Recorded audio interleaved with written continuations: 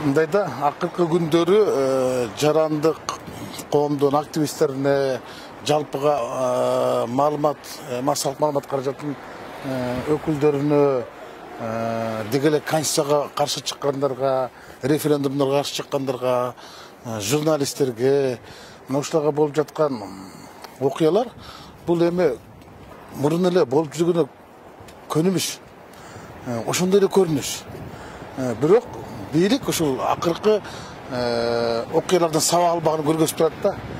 Бул эми мындай да бир жагынан өздөрү айтып атпайбы, саясий куугунтук жок, болбойт деп. А бирок саясий куугунтук кадам сайын уланып атпайбы?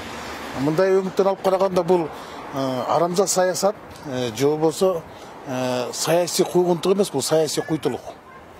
Ал эми жанагы Тилекмат Күрөңовго болгон кылмышты козгогон, ачыгын айтканда буну орусча беспредел деп коет.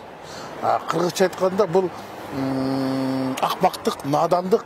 Эмне үчүн акмактык? Анткени бул алсыздык менен акылсыздыктын айкалышкан жери, же болбосо акмакчылыктын акыркы чеги. Эми Рим сотунан бери адамдын ойлогон ою үчүн соттогон эмес, жоопко тарткан эмес, күнөө таккан эмес. Анткени ал ой, анда аракет жок. Кылмыш деп эмнени айтат? Кылмыш деп ал кыймылында кандайдыр бир аракеттер болсо, буда кыймыл болгон жок да, бул өзүнүн болгон оюн жазды. Анан ошол оюң жаман экен деп эле соттой бере турган, камай бере турган болсо, бул деген чектен чыккан нерсе. Тилекмат бирөө эмес да. Тилекматтын тилегине пикирлеш адамдар бүгүнкү күндө миңдеп саналат, 10 миң деп саналат. Андай адамдар. Анан алардын баардыгын ушинтип жазалап коебуз, ушинтип тазалап коебуз деген бул чын айтайынбы, бул чын-чынына келгенде булар ойлоп атат, бул коркутуу эмес. Бул коркуу. Анткени алар Тилекматтан корккон үчүн камап атат. Анткени кылмыштын курамы жок ал жерде. Ал пост жазды. Импичмент жөнүндө жазды. Анан айтып атпайбы, бул бийликти басып алып болгон чакырык депчи. Тилекматты өздөрү бийликке чакырып атпайбы? Ал өзү айтпады, анын атасы айтпады. Чоң акча суммаларын сунуштаган, анан кийин кызмат сунуштаган депчи. Анда ал басып алып эле ошо сунуштаган кызматка бармак да.